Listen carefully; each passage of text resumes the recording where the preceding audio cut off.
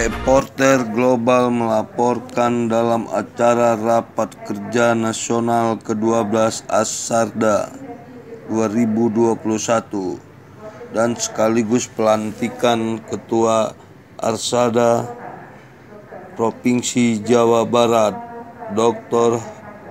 Haji Aceng Solahuddin sebagai Ketua Arsada Jawa Barat. Sekali lagi, untuk ini kan pertemuan ini Rakernas ya. Rakernas ini membahas mengenai kondisi kekinian dari rumah sakit kita. Di antaranya mungkin saat ini kita sedang membahas masalah bagaimana penguatan pelayanan pasca pandemi. Ya, kita kan masih pandemi nih, kita belum naik menjadi endemi, ini masih pandemi. Jadi artinya pasien harus diduga positif sampai dia terbukti negatif kan gitu ya, untuk pandemi ini. Jadi oleh-oleh dari Rakernas ini yang mudah-mudahan kita bisa menerapkan apa-apa yang diharapkan untuk penguatan pelayanan, ya terutama dari mutu pelayanan dan keselamatan pasien ya.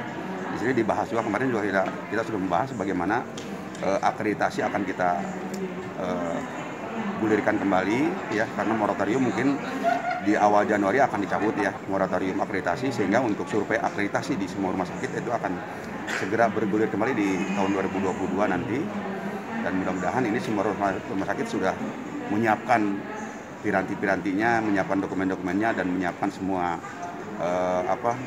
pokjanya untuk menyesuaikan dengan aturan-aturan akreditasi yang baru. Ada jurnalis dari Kementerian Kesehatan dalam acara? Ada ya. Sekarang kan akreditasi itu domainnya dinas Kementerian Kesehatan ya. Jadi yang mensahkan lembaga yang bisa mengakreditasi, yang mengesahkan elemen-elemen atau standar-standar akreditasi juga Kemenkes ya. Kemudian juga terkait pelaksanaan survei pun nanti itu harus di bawah koordinasi Kemenkes juga. Makanya kehadiran Kemenkes juga dari kemarin sampai hari ini masih udah beberapa kali memberikan penyampaian materinya tentang akreditasi ini. Dukungan kepala daerah Sumedang sendiri ya, Pak, gimana Pak? Alhamdulillah ya.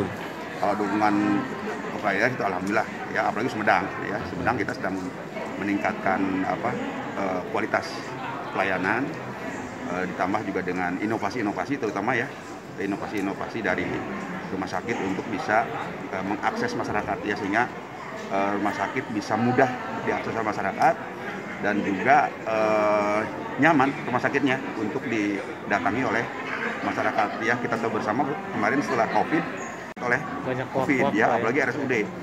Kalau RSUD kan hampir di semua rumah sakit itu jadi center ya, center pelayanan COVID ya, sehingga masyarakat untuk datang ke rumah sakit banyak yang masih trauma dengan stigma itu, dengan COVID ya, sehingga stigma masih ketakutan. Nah ini bagaimana kita menciptakan suasana nyaman, suasana steril, sehingga masyarakat lebih trust-nya kepada rumah sakit tumbuh kembali ya, dan itu otomatis akan menumbuhkan kembali peran dari rumah sakit untuk bagaimana dari sisi fiskal atau dari sisi likuiditas itu bisa sehat kembali lah.